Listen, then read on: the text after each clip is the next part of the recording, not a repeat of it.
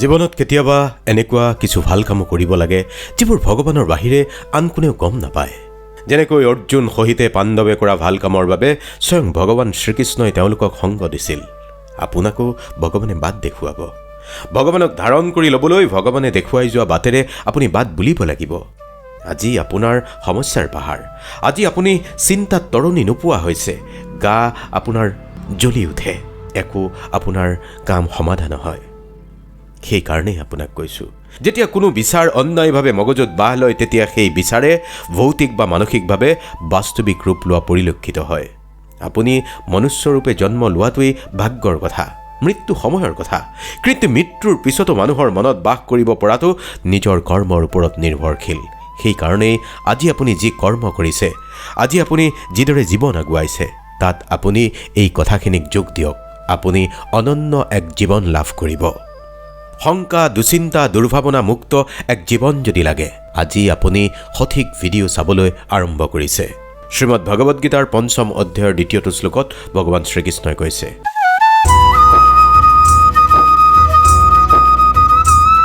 পৰমেশ্বৰ ভগৱানে কৈছে, কৰ্ম ত্যাগ বা সন্ন্যাস মাধ্যমেৰে কৰা কৰ্ম অৰ্থাৎ জ্ঞানযোগ আৰু নিষ্কাম ভাৱনাৰে কৰা কৰ্মযোগ দুয়োটাই মুক্তিদায়ক, পৰম শ্ৰেয়। কিন্তু এই দুটাৰ মাজত কৰ্মযোগ কৰ্ম সন্ন্যাসতকৈ শ্ৰেয়। সেইকাৰণেই আপোনাক কৈছোঁ, কৰ্ম সন্ন্যাস মানে কৰ্ম বাদ দি আপুনি মুক্তি পাব পাৰে। কিন্তু কৰ্মযোগৰ সাধনা কৰি কৰ্ম কৰিও আপুনি এই ধৰাত মুক্তি লাভ কৰিব পাৰে। ধৈৰ্য ধৰিব লাগিব। ধৈৰ্য আপোনাৰ কেতিয়াও দুৰ্বলতা নহয়, বৰঞ্চ ধৈৰ্য এনেকুৱা এক শক্তি যিটো সকলোৰে ওচৰত নাথাকে। আপুনি আজি আপোনাৰ বিপদত ধৈৰ্য ধৰিছে, তাৰ মানে আপুনি আমাৰ দৃষ্টিত আটাইতকৈ শক্তিশালী। আপুনি মনত ৰাখিব, এই বিপদৰ সময়ত আপুনি প্ৰাৰ্থনা কৰিব। প্ৰাৰ্থনা কেতিয়াও বিফলে নাযায়, মাত্ৰ এই সময়ত কাম দিয়ে। মানুহ বিশ্বাসৰ ওপৰত নিৰ্মাণ হয়। যিয়ে যেনেকৈ নিজকে বিশ্বাস কৰে তেওঁ তেনেকুৱাই হৈ পৰে। ভগৱান শ্ৰীকৃষ্ণই সেয়ে হয়তো গীতাত আৰু কৈছে ৯ম অধ্যায়ত, একান্তভাৱে মোৰ চিন্তাত মগ্ন হৈ পৰিপূৰ্ণ ভক্তি সহকাৰে যিসকলে সৰ্বকাল মোৰ উপাসনা কৰে তেওঁলোকৰ সমস্ত অপ্ৰাপ্য বস্তু মই বহন কৰোঁ আৰু তেওঁলোকৰ প্ৰাপ্য বস্তুবোৰ সংৰক্ষণ কৰোঁ। সকলো কথাই এই পৃথিৱীত কপি পেষ্ট হ'ব পাৰে। কপি পেষ্ট বুজি পায় নহয়, কিন্তু চৰিত্ৰ আৰু ব্যৱহাৰ কেতিয়াও নহয়। সেইকাৰণেই নিজৰ চিন্তাক নিয়ন্ত্ৰণ কৰিবলৈ শিকক, কাৰণ আপোনাৰ চিন্তাই বাস্তৱ ৰূপ ল'ব এদিন। সময় বনোৱাজনক কিছু সময় দি চাওকচোন, তেওঁ আপোনাৰ সময় সলনি কৰি দিব পাৰে। কৰ্মৰ কথা ক'বলৈ গ'লে আপোনাৰ কৰ্মত কোনো মেনু নাই। আপুনি যি চাৰ্ভ কৰিব সেয়াই আপুনি ডিজাৰ্ভ কৰিব। সেয়ে হয়তো ভগৱান শ্ৰীকৃষ্ণই কুন্তীপুত্ৰ অৰ্জুনক কৈছিল, একান্তভাৱে মোৰ চিন্তাত মগ্ন হৈ পৰিপূৰ্ণ ভক্তি সহকাৰে যিসকলে সৰ্বকাল মোৰ উপাসনা কৰে তেওঁলোকৰ সমস্ত অপ্ৰাপ্য বস্তু মই বহন কৰোঁ। বুজি যাব দেই, ভগৱানে আপোনাক দেশ নকৰে, ভগৱানে আপোনাক অনিষ্ট নকৰে। কেৱল লাগে ভগৱানত সমৰ্পণ। আপুনি ভগৱানত সমৰ্পণ কৰিব পৰা নাই নেকি? মনেৰে ভক্তি কৰাটো অতিকে প্ৰয়োজন। কেৱল মূৰ দোৱালেই ভগৱানক পোৱা নাযায়। সেইকাৰণেই আজি আপোনাক কৈছোঁ, জয়ী হোৱাৰ আনন্দ তেতিয়া আপুনি উপভোগ কৰিব যেতিয়া সকলোৱে আপোনাৰ পৰাজয়ৰ বাবে বাট চাই থাকে। মনত ৰাখি চলিব, ভগৱানক কেনেকৈ পাব পাৰি সেই কথা স্বয়ং ভগৱানে কৈছে গীতাৰ ৯ম অধ্যায়ৰ ৩৬ নম্বৰ শ্লোকত, তোমাৰ মনক মোৰ ভাৱনাত যুক্ত কৰি লোৱা, মোৰ ভক্ত হোৱা, মোক প্ৰণাম কৰা আৰু মোক পূজা কৰা। এনেদৰেই সম্পূৰ্ণৰূপে মোৰ মাজত অধিষ্ঠিত হ'লে তুমি নিঃসন্দেহে মোক লাভ কৰিবা। যিবোৰ কথা আৰু পৰিস্থিতিৰ পৰিপ্ৰেক্ষিতত আপুনি ভগৱানৰ ওপৰতো ক্ৰমান্বয়ে বিশ্বাস হেৰুৱাই পেলাইছে, সেই কথাষাৰেই আজি আপোনাক মনত পেলাই দিব খুজিছোঁ। যদি আপুনি এই পৃথিৱীত ধৰ্ম, ঈশ্বৰ, প্ৰাৰ্থনা, বিশ্বাস কৰে, তেনেহ'লে আজিৰ কথাখিনি শুনক। যিবোৰ কথা আৰু পৰিস্থিতিৰ ওপৰত আপোনাৰ নিয়ন্ত্ৰণ নাই, সেইবোৰক লৈ মূৰ ঘমাই থকা মানে নিজৰ সময় নষ্ট কৰা, লগতে ভৱিষ্যতে অনুতাপ কৰিবলগীয়া পৰিৱেশ সৃষ্টি কৰাহে। আপুনি দুখক গুৰুত্ব দিলে দুখীয়ে হ'ব, সুখক গুৰুত্ব দিলে সুখী হ'ব। কাৰণ আপুনি যিটোকেই বেছি প্ৰাধান্য দিয়ে সেইটোৱেই আপোনাৰ জীৱনতো সক্ৰিয় হৈ পৰে। সমস্যা কাৰ নাই এই পৃথিৱীত? প্ৰত্যেকজন মানুহেই সমস্যাৰে যুঁজি থাকে। কোনোৱে হাঁহি আছে মানে তেওঁৰ জীৱনত কোনো সমস্যা নাই এনেকুৱা নহয়, মাত্ৰ তেওঁৰ ভগৱানৰ ওপৰত আস্থা আছে। ভগৱানৰ ওপৰত আস্থা এতিয়াও হেৰুওৱা নাই। জীৱনত যদি আপুনি আগুৱাই যাব বিচাৰিছে, সদায় দুটা কথা মনত ৰাখিব, যিটো হেৰুৱালে তাক লৈ দুখ নকৰিব আৰু যি পালে সেয়া কেতিয়াও কম নহয় বুলি সদায় মনত ৰাখিব। আমি শুদ্ধ নে ভুল মাত্ৰ দুজনেই জানে, এজন হৈছে পৰমাত্মা আৰু আনজন হৈছে আপোনাৰ অন্তৰাত্মা। নেতিবাচক চিন্তাক কেতিয়াও মনৰ মাজত প্ৰৱেশ কৰিব দিব নালাগে, কাৰণ ই আমাৰ আত্মবিশ্বাস কম কৰি আনে, খুলি খুলি খায়। আপুনি সফল হ'ব পৰা নাই। সফলতা কি? সফলতাৰ সংজ্ঞাই বা কি? সফলতা মাথো এজন মানুহৰ সংগ্ৰামৰ কাহিনী। এজন অসফল মানুহ কেনেকৈ সফল হয় সেয়া কাহিনী। আপুনি আপোনাৰ বিৰুদ্ধে কোৱা কথাৰ প্ৰত্যুত্তৰ নিদিয়াকৈ শুনি যাওকচোন, সময়ে তাৰ উত্তৰ এদিন নহয় এদিন দিব। যিয়ে নিজকে বশ কৰিব পাৰিছে তেওঁৰ বিজয়ক দেৱতায়ো ৰুধিব নোৱাৰে। সেইকাৰণেই হয়তো ভগৱান শ্ৰীকৃষ্ণই শ্ৰীমদ ভাগৱত গীতাৰ 6ষ্ঠ অধ্যায়ৰ 5 নম্বৰ শ্লোকত কৈছে, মানুহে নিজৰ দ্বাৰাই নিজৰ উদ্ধাৰ কৰা উচিত, নিজৰ আত্মাক অধোগতিত নিব নালাগে, কিয়নো এই জীৱাত্মা স্বয়ং নিজৰেই বন্ধু আৰু নিজৰেই শত্ৰু। এই পৃথিৱীত জীৱাত্মা স্বয়ং নিজৰেই বন্ধু, নিজৰেই শত্ৰু। বুজি পালে নহয়? এই জীৱনত আপোনাৰ যদি আটাইতকৈ পৰম বন্ধু কোনোবা আছে, তেনেহ'লে তেওঁ আপোনাৰ আত্মা। পৰম শত্ৰুও হ'ব পাৰে আপোনাৰ আত্মাই। এই কাৰণটোৰ ব্যাখ্যা আছে 6 নম্বৰ শ্লোকৰ একেই 6ষ্ঠ অধ্যায়ত। যি আত্মাৰ দ্বাৰা মন আৰু ইন্দ্ৰিয়সমূহৰ সৈতে শৰীৰক জয় কৰিছে, তেওঁৰ কাৰণে আত্মাই পৰম বন্ধু, আৰু যাৰ মন আৰু ইন্দ্ৰিয়ৰ সৈতে শৰীৰ জিকা নাই, তেওঁৰ বাবে স্বয়ং শত্ৰু আত্মাই। সেইকাৰণেই আপোনাক কৈছোঁ, ৰোগেও মানুহক ইমান দুৰ্বল কৰিব নোৱাৰে, নেতিবাচক চিন্তাই যিমান অৱশ কৰি পেলায়। গতিকে নেতিবাচক চিন্তাবোৰ মনলৈ নানিব। আপুনি সুখী হ'ব খুজিছে, সফল হ'ব খুজিছে, আপোনাৰ জীৱনত অলপ শান্তি বিচাৰিছে, কথাখিনি মন দি শুনক। আপুনি আইনাৰ দৰে স্বচ্ছ হৈ থাকক। এটা সময়ত এটা কামেই কৰক, নিজৰ সম্পূৰ্ণ আত্মাৰে কৰক আৰু সকলো পাহৰি যাওক। নিজৰ সৰ্বশক্তি প্ৰয়োগ কৰি কাম কৰক। সুখৰ কাৰণে কাম কৰিলে আপুনি সুখ নাপাব পাৰে, কিন্তু সুখী মনেৰে যদি কাম কৰে নিশ্চয়কৈ সুখী হ'ব পাৰিব। নিজৰ ভৱিষ্যতৰ বিষয়ে কাকো সুধিব নালাগে। চকু বন্ধ কৰি নিজৰ বিবেকক সোধক, ইয়াৰ উত্তৰ আপুনি এই মুহূৰ্তত পাই যাব। মানুহে আপোনাৰ বিষয়ে কি ভাবিছে মুঠেই চিন্তা নকৰিব, কাৰণ তেওঁলোকেও আপোনাৰ চিন্তাক লৈ ব্যস্ত নহয়। তেওঁলোকে আপোনাক বুজি নাপায়। আপুনি তেওঁলোকক লৈ কি ভাবে সেই লৈহে ব্যস্ত থাকে তেওঁলোক। ভগৱান শ্ৰীকৃষ্ণই কৈছে, যদি মোৰ কোনো ভক্তই মৌন হৈ শুনি আছে, তেন্তে জানিবা তেওঁৰ বিশ্বাসৰ উত্তৰ মই নিজে দিম। ভগৱান শ্ৰীকৃষ্ণই কোৱা আৰু এটা শ্লোকৰে আপোনাক কথাখিনি ভাঙনি কৰিব খুজিছোঁ। আপুনি দুখত আছে, কোনোবাই দুখ দিছে, চিন্তা নকৰিব। পৰম কৰোণাময় ভগৱান আপোনাৰ লগত আছে। ভগৱান শ্ৰীকৃষ্ণই শ্ৰীমদ ভাগৱত গীতাৰ 4ৰ্থ অধ্যায়ৰ 11 নম্বৰ শ্লোকত কৈছে, য়ে যথা মাং প্ৰপদন্তে তাংস্তথৈব ভজমহম মম বৰ্তানুবৰ্তন্তে মনুষ্য পাৰ্থ সৰ্বশাহা। অৰ্থাৎ যিয়ে যেনেদৰে মোৰ প্ৰতি আত্মসমৰ্পণ কৰে, মই তেনেদৰেই তেওঁলোকক পুৰস্কৃত কৰোঁ, সিমানেই সহযোগ দিওঁ। সাধকৰ শ্ৰদ্ধাই কৃপা হৈ তেওঁ পায়। গতিকে ভগৱান শ্ৰীকৃষ্ণত সমৰ্পণ আপুনি কৰিব লাগিব। মনৰ পৰা অহংকাৰ নোহোৱা কৰিবলৈ আনৰ ওচৰত আপুনি কেতিয়াবা সৰু হ'ব পাৰিব লাগিব। যিমান দূৰলৈকে দেখা পাই আছে তালৈকে যাওক, আৰু যেতিয়া সেই স্থান পাব তাৰ পিছৰখিনি আপুনি এনেও দেখা পাব। গতিকে সমস্যা যদি আছে, চিন্তা যদি আছে, আপুনি আজিৰ কথাখিনিত মন দিয়ক। কান্দিব লাগে কেতিয়াবা, উচুপি উঠক। আপুনি অকলে অকলে কান্দক। কান্দনত যি শক্তি আছে, যি ভক্তি আছে, সেইটো কেৱল ভগৱানে শুনে। আমি এতিয়া যি হয় তাৰ বাবে আমি মনুষ্য নিজেই দায়ী, আৰু আমি যি হ'ব বিচাৰোঁ তাৰ শক্তি আমাৰ নিজৰ মাজতেই আছে। আপুনি আপোনাৰ শক্তিক চিনা নাই, আপুনি আপোনাৰ নিজৰ অন্তৰাত্মাৰ আহ্বান শুনা নাই। যেতিয়াই আপুনি নিজৰ পিছৰ পদক্ষেপৰ বিষয়ে আগতেই গম পাব, তেতিয়াই জীৱনলৈ পৰিৱৰ্তনসমূহ আহিবলৈ ল'ব। ওপৰত থকাজনৰ সৈতে যদি আপোনাৰ সম্পৰ্ক শক্তিশালী, তেন্তে তলত থকাসকলে আপোনাৰ একোডাল ক্ষতি কৰিব নোৱাৰে। আপোনাৰ একোডালেই ক্ষতি কৰিব নোৱাৰে। মন আজি আপোনাৰ অশান্ত হৈ আছে, মন আপোনাৰ আজি দিগ্ভ্ৰান্ত হৈ আছে। মন অশান্ত হ'লে নিয়ন্ত্ৰণ কৰা কঠিন, ভগৱান শ্ৰীকৃষ্ণই কৈছে, কিন্তু শান্ত হৈ থাকি মনক বশ কৰিব পৰা যায়। যেতিয়া আনৰ কিবা উপকাৰ কৰে, তেতিয়া নিজৰ কাৰণেও যে কিবা এটা হ'বলৈ গৈ আছে সেয়া নিশ্চিত থাকিব। হাতৰ ৰেখাৰ আগত আঙুলি এনেই নাথাকে। ভগৱানেও ভাগ্যৰ আগতে পৰিশ্ৰম লিখি থৈছে। ভাল ব্যৱহাৰৰ টকাৰে মূল্য নাথাকিলেও ইয়াৰ দ্বাৰা কোটি কোটি টকা কিনিব নোৱাৰে, কিন্তু এখন হৃদয় কিনিব পাৰে। সংযমী হওক। সকলো কথাতেই আপুনি মাত মাতিবই লাগিব বুলি কোনো কথা নাই। সংযমে আমাৰ চৰিত্ৰৰ মূল্য বৃদ্ধি কৰে, কিন্তু ভাল বন্ধু আৰু পৰিয়ালে আমাৰ জীৱনৰ মূল্য বঢ়ায়। দুখে যি আপোনাক কষ্ট দিয়ে সেয়া আগলৈ গৈ শক্তি হৈ পৰে।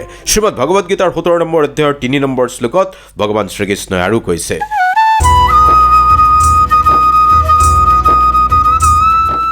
সত্যানুৰূপা সৰ্বস্য শ্ৰদ্ধা ভবতি ভাৰত শ্ৰদ্ধা ময়োহয়ম পুৰুষো যশ্ৰদ্ধস্য এব স। অৰ্থাৎ একেবাৰে সৰল অৰ্থত যি মানুহ যেনেকুৱা তেনেকুৱাই তেওঁৰ মন।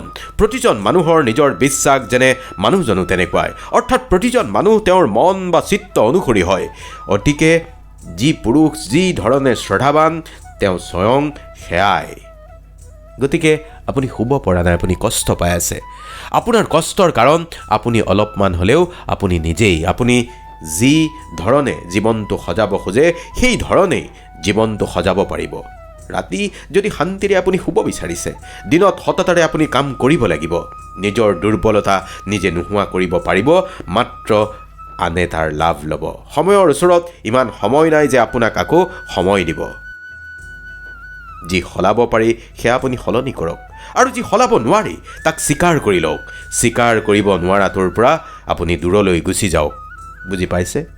বহু কথাই আমি গ্ৰহণ কৰিব নোৱাৰোঁ, পৰিৱৰ্তন আমি গ্ৰহণ কৰিব নোৱাৰোঁ, কিন্তু ভগৱান শ্ৰীকৃষ্ণই কৈছে পৰিৱৰ্তন হি সংসাৰ কা নিয়ম হে। আমি সম্পৰ্কৰ বাবে সময় উলিয়াব নোৱাৰিলে সময়ে আমাৰ পৰা সম্পৰ্কবোৰ লৈ যায়।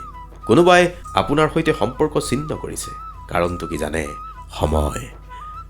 আপুনি যদি মহাভাৰত চাইছিল তেতিয়াও গলগলীয়া কণ্ঠেৰে এটা বাক্য আহিছিল, मैं समय हूँ, मेरा जन्म सृष्टि के निर्माण के साथ हुआ था, मैं पिछले युगों में था, इस युग में हूँ और आने वाले सभी युगों में रहूँगा। সেইকাৰণে আপোনাক কৈছোঁ সময় কিমান মূল্যৱান। সময় অতীততো আছিল, এতিয়াও আছে, ভৱিষ্যততো থাকিব।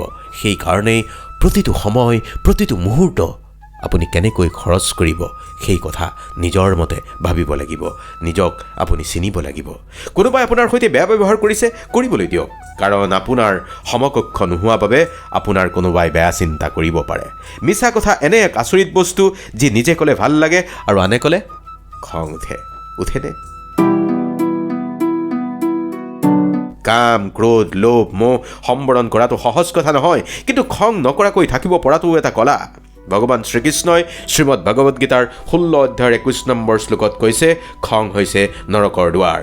ত্ৰিবিধম নৰকছেদম দ্বাৰম নাশনাত্মনঃ কামঃ ক্ৰোধস্তথা লোভস্তস্মাদিতত্ৰয়ত ত্যাজ্যেত। অৰ্থাৎ কাম, ক্ৰোধ আৰু লোভ এই তিনিটা হ'ল নৰকৰ মূল দুৱাৰ। এইবোৰেই হৈছে আত্মাক নাশ কৰোঁতা আৰু পুৰুষক অধোগতিলৈ লৈ যাওঁতা। সেয়েহে মনুষ্যই কাম, ক্ৰোধ, লোভ, মোহ ত্যাগ কৰিব লাগে। কোনো ফলৰ আশা কৰি সেৱা নকৰিব, কাৰণ সেৱাৰ প্ৰকৃত মূল্য কেৱল ভগৱানে দিব পাৰে। সপোন আপুনি যিমান ডাঙৰ দেখিব লাগে, চন্দ্ৰটো নাপালেও আকাশলৈ হ'লেওতো আপুনি যাব পাৰিব। সপোন দেখাওক। সপোন দেখাত ভগৱানে কেতিয়াও বাধা দিয়া নাই। আপুনি এতিয়ালৈকে দেখা সপোনটো আপোনাৰ পূৰণ হোৱা নাই। ভগৱানৰ বিচাৰত কেতিয়াও সন্দেহ নকৰিব, কাৰণ ভুল কৰিলে আপুনি শাস্তি পাব, আৰু আপুনি যদি শুদ্ধ তেন্তে প্ৰমাণ কৰিবলৈ চেষ্টা কৰাৰ প্ৰয়োজন নাই, সময়ে নিজেই তাৰ সাক্ষী দিব। মিত্ৰতা সম্বন্ধ নিশ্চয় প্ৰয়োজনীয়, কিন্তু অকলে আগুৱাই যোৱাৰ কলা শিকাটোও সমানেই প্ৰয়োজনীয়। আমি ইমানো বলৱান নহয় যে আমাৰ পিছত থকাজন আটাইতকৈ আমি দুৰ্বল বুলি ভাবি ল'ম। আমাৰ পিছত থকাজন আচলতে আটাইতকৈ শক্তিশালী। কোন জানে? ভগৱান।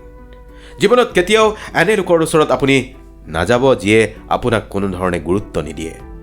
বিশ্বাসৰ ওপৰতো কেতিয়াবা বিশ্বাস নোহোৱা হৈ যায়, যেতিয়া সবাতোকৈ বেছি বিশ্বাস কৰাজনে বিশ্বাস ভাঙি দিয়ে।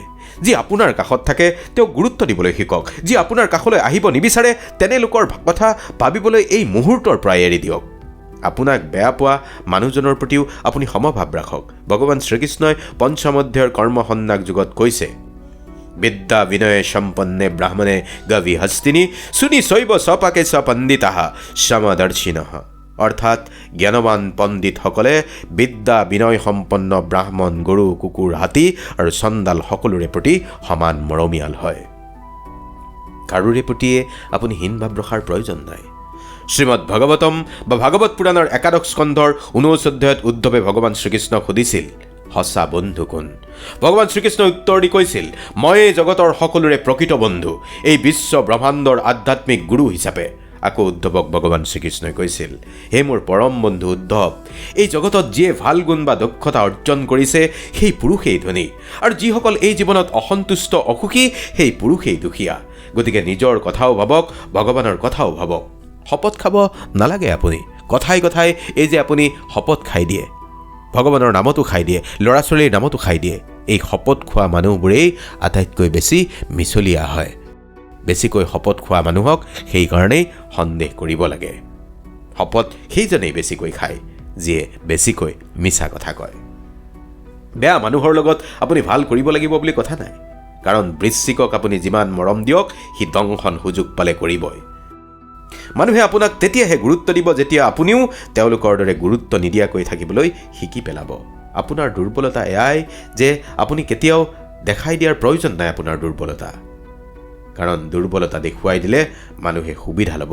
যি মানুহে আনৰ দয়া আৰু ধাৰতেই জীৱন পাৰ কৰে তেওঁ হতাশাত সময় পাৰ কৰেই। আনক গুৰুত্ব নিদিলে নিজেও গুৰুত্ব নাপায়, আনক বেছিকৈ গুৰুত্ব দিলে নিজেও গুৰুত্ব নাপায়। কামৰ সময়তহে গুৰুত্ব দিয়াজনৰ পৰা আঁতৰি থাকিব লাগে। বুজি পাইছে? লৰালৰিকৈ কোনো সিদ্ধান্ত নল'ব, কাৰণ লৰালৰিকৈ লোৱা সিদ্ধান্ত সদায় ভুলেই হয়। নিজৰ দেউকাৰ ওপৰত বিশ্বাস ৰাখক। বতাহৰ ওপৰত পোক পতংগইহে নিৰ্ভৰ কৰে। আপুনিতো পতংগ নহয়, আপোনাৰ দুখন হাত আছে, দুখন ভৰি আছে। আপুনি কিহৰ কাৰণে ইমান চিন্তিত হৈছে? আপুনি কিহৰ কাৰণে ইমান দুখত আছে? মনত ৰাখিব, দুখীয়া মানুহজনে মাটিত পৰা ৰুটিখনো আনন্দ মনেৰে খায়, কিন্তু ধনীজনে হাতত দিয়া ৰুটিখনকো গুৰুত্ব নিদিয়ে। যি পোৱা নাই তাক পাবলৈ আকাংক্ষা আপুনি কৰিব লাগে, কিন্তু পোৱাখিনিক কেতিয়াও অৱহেলা কৰিব নালাগে। ভাবকচোন, নিবিচৰাকৈ আপুনি বিচৰাই নাছিল, ভগৱানে কিমান বেছি আপোনাক দিছে। ভাবক, আপোনাক ভাল পোৱা দিছে, আপোনাক পিতৃ মাতৃ দিছে, বন্ধু দিছে, নিজৰ অৱস্থা দিছে। নিজৰ ভৰিৰেই যেতিয়া খোজ দিব লাগিব, আপুনি আনৰ কাৰণে কিয় ইমান চিন্তা কৰিছে? কিয় আপুনি আনৰ কথা ইমানকৈ ভাবি নিজৰ জীৱনটো অসুখী কৰি তুলিছে? আপুনি শুই ভাল পায়নে? শুব। টোপনি মানুহৰ প্ৰয়োজন, বিশ্ৰাম খুবেই প্ৰয়োজন। এজন প্ৰাপ্তবয়স্ক মানুহৰ বাবে 7 পৰা 8 ঘণ্টা টোপনি নিতান্তই প্ৰয়োজন। টোপনি কিয় প্ৰয়োজন? যদি আপুনি টোপনি যায়, আপুনি ধুনীয়া সময়বোৰ সপোনত পাৰ কৰিব, কিন্তু যি নিজৰ সপোনক মূল্য দিয়ে তেওঁৰ টোপনিয়ে নাহে। বহুত গভীৰ কথা এয়া। টোপনিৰ মূল্য সিয়ে বুজি পায় যিয়ে সপোনৰ মূল্য বুজে। থাকিবলৈ ঘৰ থাকিলেও ঘৰখনত যদি আপুনি সন্মান নাপায়, সেই ঘৰত থকাতকৈ ৰাস্তাত থকাই ভাল বুলি আপুনি ভাবে চাগে। সেইকাৰণেই নিজৰ ঘৰখনক মন্দিৰ কৰি তুলিব পাৰিব লাগিব। কেৱল অকলে আপুনি ঘৰখনক মন্দিৰ কৰি তুলিব নোৱাৰে।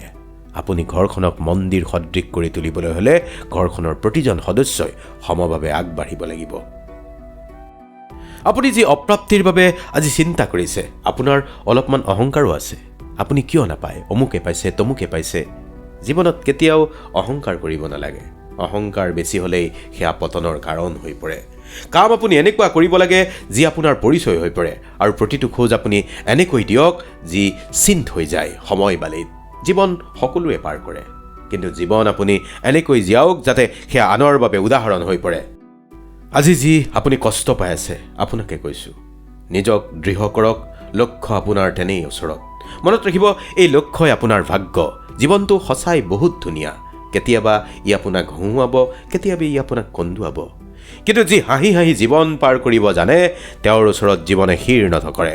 যিকোনো পৰিস্থিতিতেই জীয়াব শিকিব লাগে, যাতে সমস্যায়ো আপোনাক ভয় কৰিবলৈ লয়। জীৱনত যি পৰিস্থিতিয়ে নাহক, নিজকে ভগৱানৰ ওচৰত সঁপি দিব, আৰু গোটেই জীৱনত আমি যি কৰিব পাৰোঁ সেয়া ভগৱানেই আপোনাক বাট দেখুৱাব। আপোনাকে কৈছোঁ, মানুহৰ জীৱন কৰ্মনিৰ্ভৰ। এই যে আমি আৰম্ভণিতে ক'লোঁ কৰ্মযোগৰ কথা, কৰ্মযোগ জৰুৰী বুলি। মানুহৰ জীৱন সঁচাকৈয়ে কৰ্মনিৰ্ভৰ। আপুনি যেনেকুৱাই কৰ্ম কৰিব তেনেকুৱাই আপোনাৰ জীৱন হ'ব। কাৰোৰে প্ৰতি আপোনাৰ ভালপোৱা অন্ধ হোৱাৰ প্ৰয়োজন নাই। এনে ভালপোৱাই মানুহক আগুৱাই যোৱাত বাধা দিয়ে। নিজকে কেতিয়াও ইমান দুৰ্বলো হ'ব নিদিব যে আপোনাক আনৰ কৃপাৰ প্ৰয়োজন হৈ পৰে। জয় নিশ্চিত হ'লে সকলোৱে অৰ্জুন হ'ব পাৰে, কিন্তু মৃত্যু নিশ্চিত বুলি জানিও অভিমন্যু হ'বলৈ সাহসৰ প্ৰয়োজন বহুত। আনক ইমপ্ৰেছ কৰিবলৈ চেষ্টা কৰাতকৈ নিজকে ইম্প্ৰুভ কৰক। বাকীসকল এনেই ইমপ্ৰেছ হৈ পৰিব। যদি জীৱনৰ সকলো প্ৰত্যাহ্বান জিকিব বিচাৰিছে, তেন্তে বলতকৈ বুদ্ধি প্ৰয়োগ কৰিবলৈ শিকক, কাৰণ বল প্ৰয়োগে যুঁজিব শিকাব, কিন্তু বুদ্ধিয়ে আপোনাক শিকাব জিকিবলৈ। আপোনাৰ পিছফালে কোনোবাই কথা পাতিলে, আপোনাৰ পিছত আপোনাৰ এই কুচ্ছ ৰচনা কৰিলে আপুনি নিৰাশ নহ'ব, কাৰণ কথা তেওঁলোকৰহে ওলায় যি আনতকৈ উন্নত হয়। আপুনি অহংকাৰী নহ'ব। অহংকাৰীজনে কেতিয়াও নিজৰ দোষ আৰু আনৰ ভাল দেখা নাপায়। যি সকলো সময়তে আনক অপমানিত কৰিব বিচাৰে, তেওঁ নিজে গম নাপায় আচলতে সেই কাৰ্যৰ দ্বাৰা তেওঁ নিজে কিমান তললৈ নামিছে। অনুমান, মনৰ কল্পনা আৰু অনুভৱ হ'ল জীৱনৰ শিক্ষা। আপোনাৰ কথা, কৰ্ম আৰু বিচাৰত সমানতা থাকিলে প্ৰকৃত সুখ আপুনি পাবই। জীৱনত কেতিয়াও আপুনি নিৰাশ হ'ব নালাগে, কাৰণ সময়ে বেয়া হয়, আপুনি দুৰ্বল নহয়। মনত ৰাখিব, কেতিয়াবা সময় বেয়া হয়। সময়ৰ কথা আপোনাক কৈছোঁ। তেল শেষ হ'লে চাকি নুমাই যোৱাৰ দৰে কৰ্ম ঠিক নহ'লে ভাগ্যও কেতিয়াবা বেয়া হৈ পৰে। ৰজাৰ দৰে আপুনি জীৱন যাপন কৰিব বিচাৰিছে, প্ৰথমে গোলামৰ দৰে, প্ৰজাৰ দৰে শ্ৰম কৰিবলৈ শিকক। সপোন যিমানেই ডাঙৰ হ'ব, সংগ্ৰাম সিমানেই বেছি ডাঙৰ হ'ব। মানুহে যদি আপোনাক অনুকৰণ কৰিবলৈ লৈছে, মনত ৰাখিব আপুনি সফলতাৰ তেনেই ওচৰ চাপিছে। চেষ্টা সদায় অব্যাহত ৰাখক, কাৰণ লক্ষ্য প্ৰাপ্তি কৰিবলৈ অভিজ্ঞতা আৰু শ্ৰম দুয়োটাৰেই প্ৰয়োজন। ইচ্ছা সৰু হ'লে তাক পূৰণ কৰিব পৰাকৈ মনটোকো জেদি কৰি লোৱা অত্যন্ত প্ৰয়োজন। আনক ভুল বুলি ক'বলৈ সহজ, কিন্তু ভুল দেখুৱাই দিবলৈ সাহস থাকিব লাগিব। প্ৰতিটো নতুন কামৰ পূৰ্বে ভয় আপোনাৰ লাগিব, কিন্তু মনত ৰাখিব আজি আপুনি এটা নতুন সূৰুজ উদয়ৰ পিনে আগবাঢ়িছে। সফলতা আপুনি কষ্টৰ পিছতেই পাব। কোনে কেনেকৈ কি কৰিছে, কিয় কৰিছে, এইবোৰৰ পৰা যিমানেই আপুনি আঁতৰি থাকিব, সিমানেই আপুনি সুখী হ'ব পাৰিব। কোনোবাই আমাৰ বেয়া কৰিছে, সেয়া তেওঁৰ কৰ্ম, কিন্তু আমি কাৰো বেয়া নকৰাকৈ থকাটো আমাৰ কৰ্ম, আমাৰ ধৰ্ম। কোনো সম্বন্ধ আমাৰ ইচ্ছাৰে নহয়। আপুনি কেতিয়া কাক কিদৰে ক'ত লগ পাব, সেয়া ওপৰত থকাজনে নিশ্চিত কৰে। জীৱনত দুজন ব্যক্তিৰ প্ৰয়োজন সকলোৰে জীৱনত আছে। এজন ভগৱান শ্ৰীকৃষ্ণ যি বিজয় নিশ্চিত কৰে, এজন কৰ্ণ যি পৰাজয় হ'ব বুলি জানিও কেতিয়াও সংগ নেৰে। আপুনি যি বিচাৰে সেয়া কৰিলেও সেয়াই হ'ব যি ভগৱানে বিচাৰে। গতিকে ভগৱানে বিচৰাটো কৰক, আপুনি বিচৰাটো পাব। মানুহে বেয়া কাম কৰাৰ আগতে সোঁৱে বাৱে চাৰিওফালে চাই লৈ মাত্ৰ ওপৰলৈ চাবলৈ পাহৰি যায়। যিজনে ওপৰলৈ চাবলৈ নাপাহৰে, তেওঁ কেতিয়াও বেয়া কাম কৰিব নোৱাৰে। নিজৰ ওপৰত বিশ্বাস ৰাখিলে সেয়া আপোনাৰ শক্তি, আৰু আনৰ ওপৰত ৰাখিলে সেয়া আপোনাৰ দুৰ্বলতা। আজিলৈকে আপুনি কিয় সফল হ'ব পৰা নাই? আজিলৈকে আপুনি কিয় সুখী হ'ব পৰা নাই?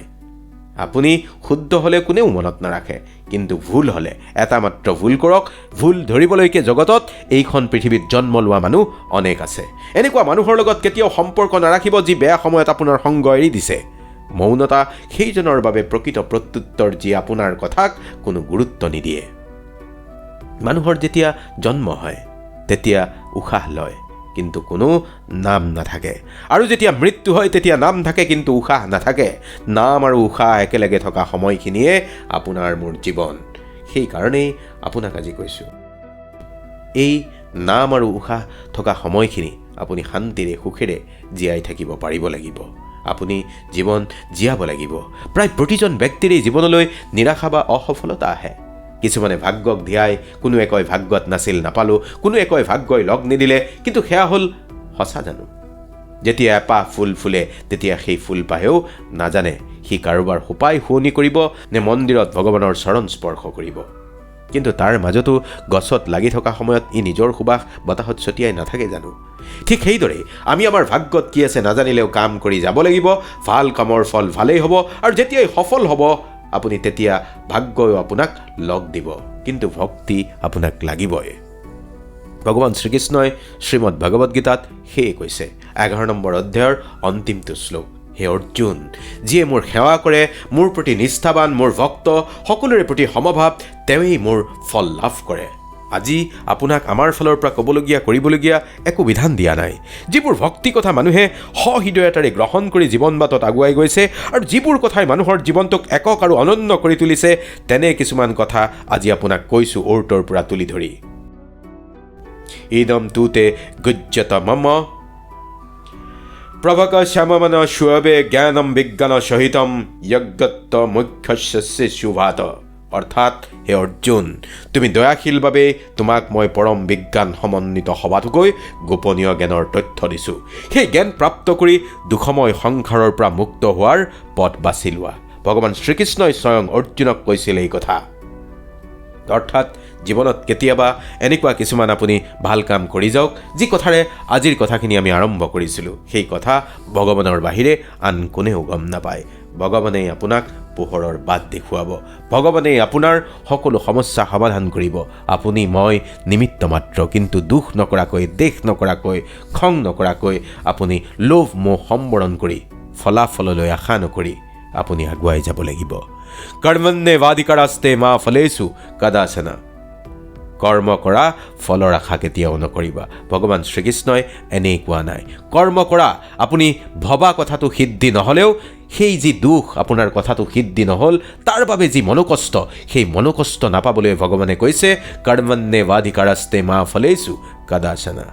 আজি আপোনাক অলপ বুজাইছোঁ, আজি আপোনাৰ অলপ সময় লৈছোঁ, কিন্তু আজিৰ কথাখিনিয়ে যদি আপোনাৰ জীৱন সলাই দিব বুলি ভাবিছে, শেষলৈকে যদি আপুনি শুনিছে, গৌৰৱেৰে আপুনি আজি লিখিব ওম কৃষ্ণায় বাসুদেৱায় নমঃ।